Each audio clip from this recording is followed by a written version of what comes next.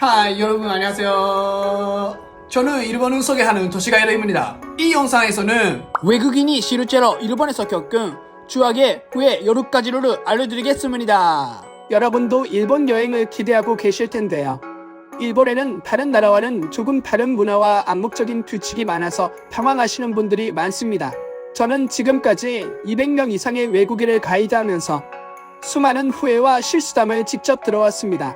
그래서 이번 영상에서는 외국인들이 실제로 겪은 최악의 경험 10가지를 정리해 보았습니다. 이 영상을 보신다면 보다 안전하고 기억에 남는 일본 여행을 하실 수 있을 겁니다. 이제 시작하겠습니다. 첫 번째는 여행 시기를 잘못 선택함입니다. 많은 관광객들이 공통적으로 후회하는 것 중 하나는 일본 여행 시기를 잘못 선택한 것입니다. 6월에 방문하시면 장마철과 겹칠 가능성이 높습니다. 특히 후지산 근처는 몇 주 동안 흐린 날씨가 계속되고 한 달의 맑은 날이 겨우 5일 정도뿐이라는 말도 있습니다. 7월과 8월은 상상 이상으로 덥고 습합니다. 밖에서 조금만 걸어도 땀으로 젖고 지쳐버리는 경우가 많습니다. 실제로 많은 여행객들이 무더위를 피하기 위해 호텔이나 쇼핑몰에서 대부분의 시간을 보냈다고 말했습니다. 벚꽃이나 단풍을 기대하고 왔는데 이미 시즌이 끝난 뒤였다는 분들도 계셨습니다. 그래서 본인이 일본에서 꼭 하고 싶은 것을 기준으로 여행 일정을 세우는 것이 정말 중요합니다. 저는 일본 여행의 가장 좋은 시기를 계절별로 정리한 영상을 만들었는데 이 영상은 조회수 58만 회 이상을 기록했습니다. 아직 보지 않으신 분들은 항공권을 예약하기 전에 꼭 확인해 보시기 바랍니다. 여행의 전체적인 인상이 완전히 달라질 수 있습니다. 두 번째는 여행 시간대를 잘못 선택함입니다. 일본에는 후지산, 고대 사찰, 전통 정원, 조용한 신사 등 정말 아름다운 장소들이 많습니다. 아마 인터넷이나 SNS에서 너무도 멋진 사진들을 보시고 나도 저런 사진을 꼭 찍고 싶다 고 생각하셨을 겁니다. 하지만 현실에서는 그런 인생샷을 찍는 것이 생각보다 훨씬 어렵습니다. 왜일까요?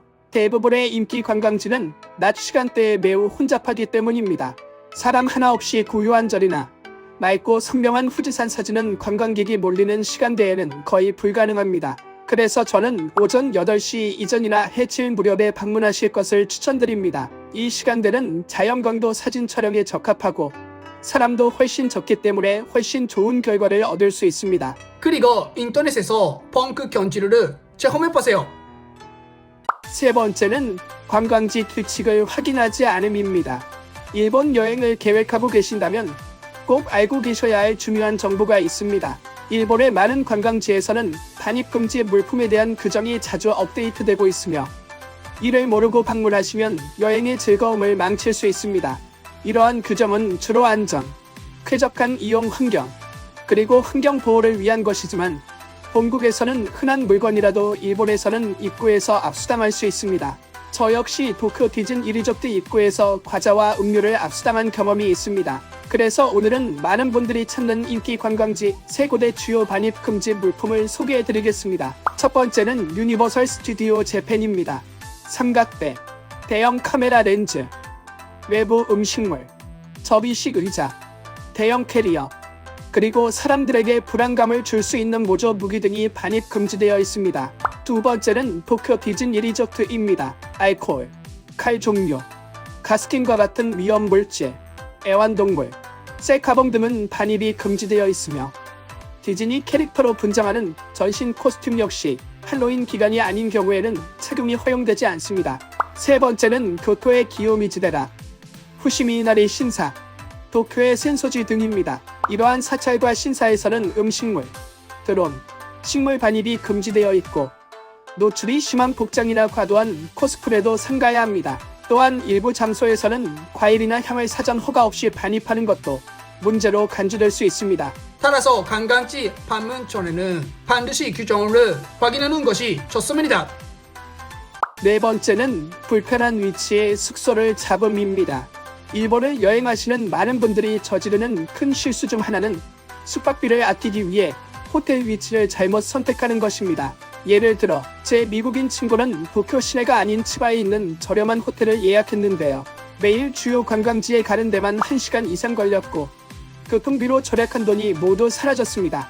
또 어떤 분들은 나리타 공항 근처에 숙소를 잡으면 도쿄와 가깝다고 생각하시지만 나리타는 도심에서 2시간 이상 떨어져 있어 이동시간과 비용 면에서 매우 비효율적입니다. 그렇다면 어디에 숙소를 잡는 것이 좋을까요?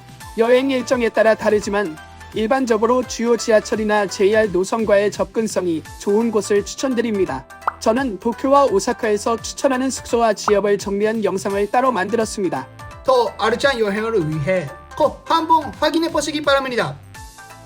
5번째는 암묵적 규칙을 몰라 일본인에게 폐를 끼침입니다. 일본에는 처음 방문하는 사람에게는 이해하기 어려운 암묵적인 규칙들이 많습니다.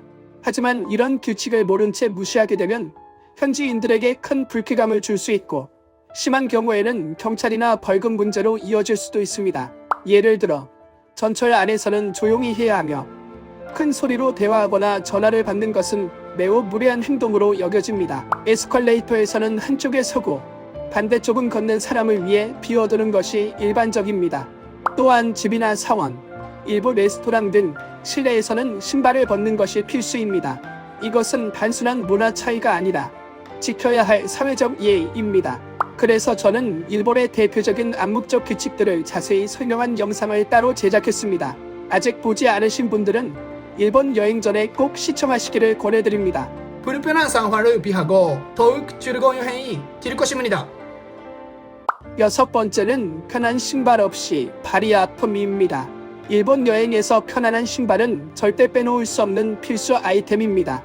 일본의 도시들은 전철 등 대중교통에 크게 의존하기 때문에 여간, 거리, 계단 오르내리기, 관광 명소를 걸어 다니는 일이 많습니다. 특히 교토 같은 도시는 언덕이 많아 걷기 편한 신발이 꼭 필요합니다. 많은 여행객들이 스타일리시한 모습을 원하지만 편안함을 최우선으로 생각하는 것이 중요합니다. 제 미국인 친구는 여행 중 하이힐을 신고 발이 아파 여행을 망쳤다는 경험을 했습니다.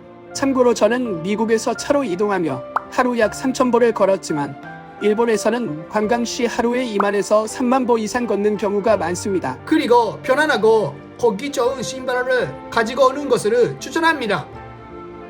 7번째는 예약 없이 가고 싶은 곳을 못 감입니다. 일본을 방문하는 많은 여행객들은 인기 관광지나 시설을 방문해 일본만의 독특한 문화를 경험하고 싶어 합니다. 하지만 최근에는 사전 예약이 필수인 곳들이 늘어나고 있습니다. 예약을 하지 않으면 원하는 날짜의 테마파크나 미술관에 입장하지 못할 수 있습니다. 예를 들어 도쿄 디즈니랜드는 2024년부터 당일권 판매를 중단했고 유니버설 스튜디오 재팬도 2025년 5월부터 동일한 정책을 시행했습니다. 킹맵 보더리스, 시부야 스카이, 포켓몬 카페, 지브리 미술관 등 인기 명소들도 모두 사전 예약제로 운영되고 있습니다. 예약 없이 갑자기 방문했다가 입장을 거부당했다는 이야기를 자주 듣습니다. 예약이 없으면 긴 대기 시간과 혼잡을 겪을 수도 있습니다. 신칸센조차 예약이 없으면 원하는 시간에 탑승하지 못하는 경우가 많습니다. 저는 투어 가이드로서도 당일 예약 요청을 자주 받지만 이미 예약이 꽉 차서 도움을 드리지 못하는 경우가 많아 매우 안타깝습니다. 일본에서 실망하지 않도록 체험이나 테마파크는 반드시 사전에 예약하는 것을 추천합니다. 8번째는 남이 만든 여행 계획만 따라감입니다. 일본 여행을 계획할 때 다른 사람들의 샘플 여행 계획을 참고하는 것은 시간과 노력을 크게 절약할 수 있는 좋은 출발점입니다. 하지만 두 가지 중요한 점을 꼭 기억해야 합니다.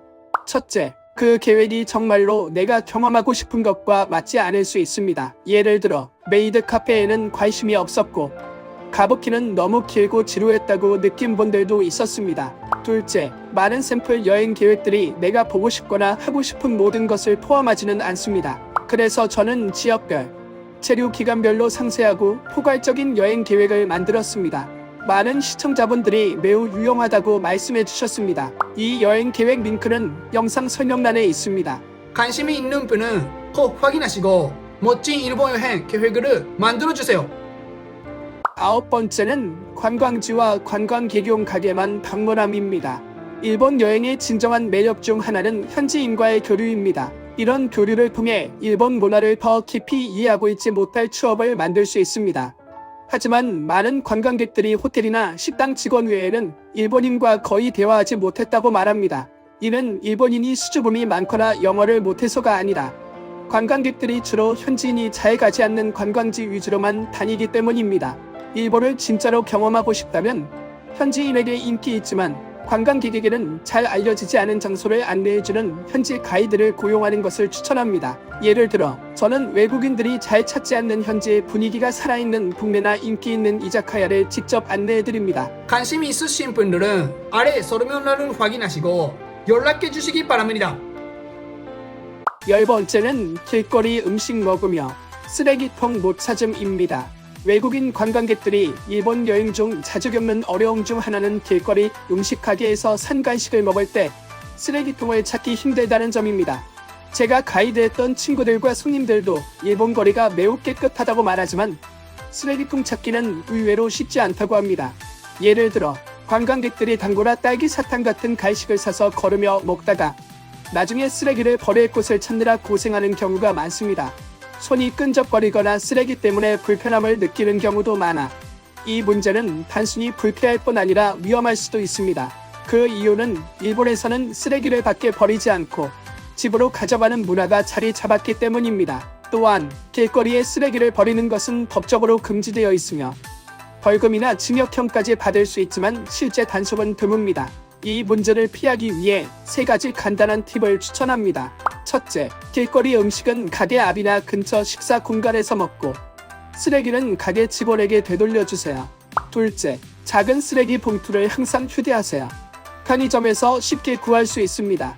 셋째, 편의점이나 공원에 설치된 쓰레기통을 가능한 한 이용하세요. 이 3가지 간단한 방법만 지켜도 일본에서 더 깨끗하고 쾌적한 여행을 즐길 수 있습니다.